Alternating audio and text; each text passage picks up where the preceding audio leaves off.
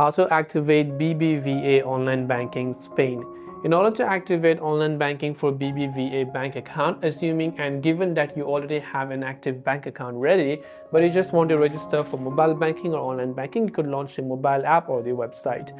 Once you're here, tap on the login button. If you already have registered, of course you could tap on login, but since we don't and we want to activate or register it, you can see the little option here that says if you are a BBVA customer but not an online user, create login password. So tap on it, and here it will ask you for here, and if you want to open your online account like your online banking, select your document type, the identification number of the document based on what you chose, tap the continue option over there, and when you've done that, on the next page it will check if there is any sort of active user with that BBVA details. Then it will check your bank account. Then after you've done that, you'll be asked to register for username and password to then activate your online or mobile banking in the process. That's all for this video. If you have any questions, do feel free to leave them down below. As always, thanks for watching and see you soon in the next video.